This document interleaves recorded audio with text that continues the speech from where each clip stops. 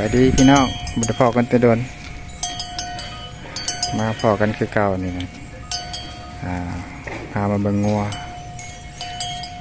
ที่กระเจ้าเลี้ยงตามธรรมชาติเนาะเลี้ยงแบบปล่อยเลยหากิน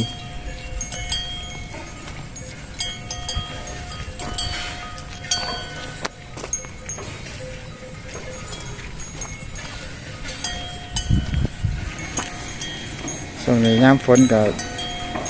ใครแน่มันมีหญ้าให้งัวกินนะ